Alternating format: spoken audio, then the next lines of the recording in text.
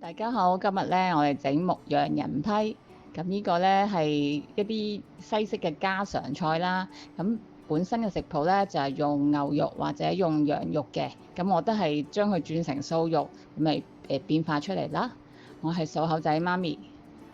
咁好啦，都係呢啲材料咧都可以變化嘅。咁我哋最主要有素牛肉啦，咁有紅蘿蔔，呢個咧係雞髀菇嚟嘅，呢個青椒啦。蒜蓉同埋洋葱、番茄、薯仔咁樣。香料方面啦，咁我哋會有鹽啦，會落咁。我暫時落半個茶羹咁樣先，跟住如果你試咗味唔夠，你再加啦。跟住呢個係有 fennel 啦、茴香粉，呢個咧就係黑胡椒粉、紅甜椒粉，呢個係孜然粉。呢個係咖喱粉同埋糖，咁都係先落油啦，爆香咗啲材料先，蒜頭同埋洋葱先，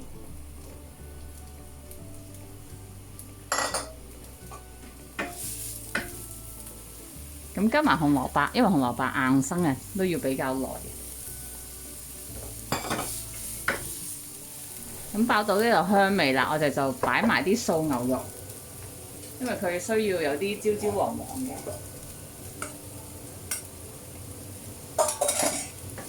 佢會可以，因為佢蛋白質豐富，咁蓬身蛋白咧，你即係燒咗佢咧，即係煎咗佢掂到油咧，就可以有啲梅辣反應，即係焦焦黃黃，好似平時你煎扒會上邊好似有啲焦黃嗰啲感覺。咁呢個素牛肉都做到呢個效果㗎。嗱，你睇下依家佢都有啲焦黃啦，一邊會變咗深啡色嘅，你睇到。嗱，你睇下都焦黃啦，跟住我哋就可以加埋其他嘢再炒，青椒啦，啲菇啦，咁再炒香佢。就可以加埋啲番茄煮啦，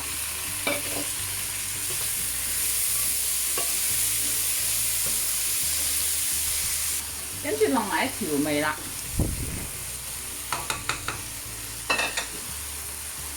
加少少水先，等佢煮一陣。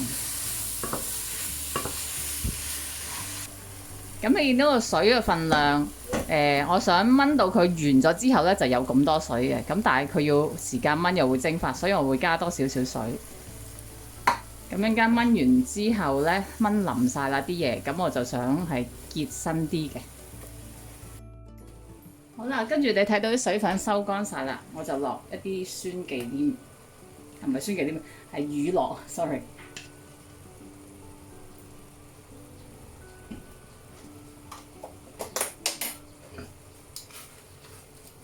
咁啊，攪勻佢。咁你話如果唔食奶嘅製品嘅，咁點呢？咁你可以落啲茄汁啦，就變成係茄汁味再重啲啦。好啦，咁我想佢再結少少，我擺少少麵粉去令到佢結少少。咁咪推佢，咁佢就會結好多噶啦。咁啲麵粉咧可以溝咗水先亦都得嘅，如果你驚佢會唔均勻，但係其實基本上佢都容易均勻㗎。咁佢就會將啲水吸走好多。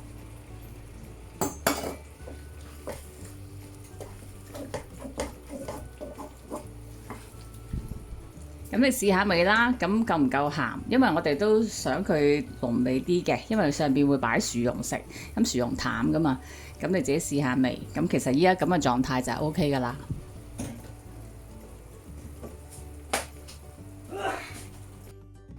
好啦，咁我哋將啲醬咧就擺落個碗底先。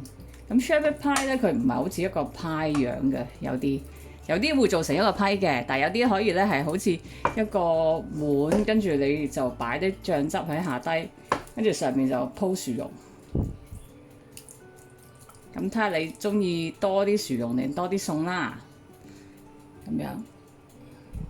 好啦，咁我點樣切細粒呢？其實你成個薯仔拎去蒸都得嘅，但我想快啊嘛，因為我今日趕時間嘅，咁我就切細粒啲，咁佢蒸得快啲，陣間又容易啲硬啦。咁我擺入蒸爐，咁我蒸佢25分鐘至半個鐘就得㗎啦。其實有時會快啲嘅，你自己睇下你切到幾細咯。熱嘅，咁要整薯蓉咧，就趁啲薯仔熱就會好容易硬碎啦。咁凍都得嘅，不過就難啲啦。好啦，咁先擺牛油。咁如果你係唔食奶嘅，就擺橄欖油啦。咁牛油你又睇下你係咪減緊肥啦，多少你可以調校嘅。咁我呢度咧550克嘅薯仔，我就擺咗50，即係大約個1/10啦。咁咧就趁佢熱嗰時就好容易溶啦，咁硬碎佢先。咁有啲人就中意咧擺落攪盤機攪就其實出嚟嘅效果會好張口、好黏嘅。但有啲人係中意嗰個效果嘅喎。咁我都食過有間法國餐廳喺中環，咁米芝蓮佢做個薯蓉好出名，咁但係佢就係好張口。咁反而我就唔係咁中意咁黏咯。咁你過分攪拌佢就變成好黏噶啦。咁你嘅薯仔裏邊嘅火粒大細又係你自己喜好啦。有啲人中意完全粉晒過埋西添，咁有啲人就中意留翻少少火粒，覺得有啲質感。咁你自己中意你個咩質感嘅薯蓉，你就照翻你嘅口味去調校啦。咁因為薯仔你蒸完或者烚完個水分嘅程度都有啲分別噶嘛。咁如果好似我呢啲撈完牛油，我見到都啱我個稀結程度咯喎，咁我就唔會再加奶咁樣去再攪稀佢。但係如果你話撈完之後都好似乾爭爭咁樣，你就可以加少少適量嘅奶，鮮奶又得，花奶如果係少量都得，咁就會令到佢更加 smooth 啦，更加幼滑啦。咁我就覺得呢個稀結程度係我中意嘅。咁雖然其實我都準備咗奶，但我都唔加啦。我得夠啊！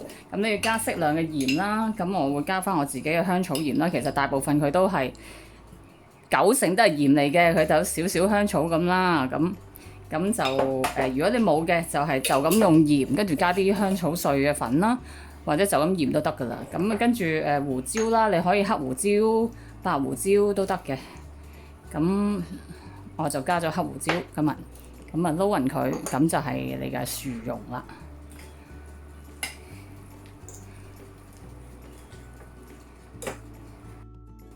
好啦，跟住咧，我哋就將我哋嘅薯蓉擺上面，咁慢慢擺靚佢咁啦。咁上面你中意鋪平又得，你中意刮啲花紋又得，任你噶啦。咁我呢個份量就啱啱咗2兜都係合適嘅。咁我後邊有個材料個份量，咁你跟翻就做到大約呢個碗嘅 size 嘅2兜啦。咁好啦，我哋可以加芝士啦。咁你中意加幾多都得啦，自己喜歡啦。好啦，我加滿咗芝士啦。咁今日我就用荷蘭嘅芝士。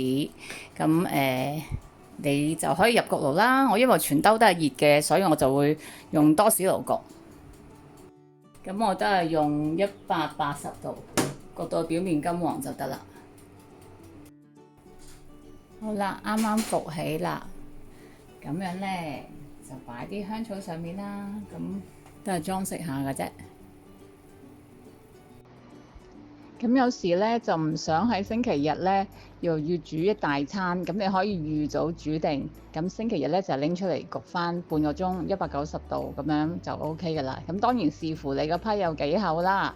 咁就開 party 亦都係喎，你忙住招呼朋友，你將呢個餸擺落個爐焗，咁就有得食啦。咁預早煮定，如果擺冰格都可以擺好耐㗎。如果擺上格0至4度咧，咁擺1個星期都冇問題嘅。呢度就係材料，你可以截圖睇下份量啊。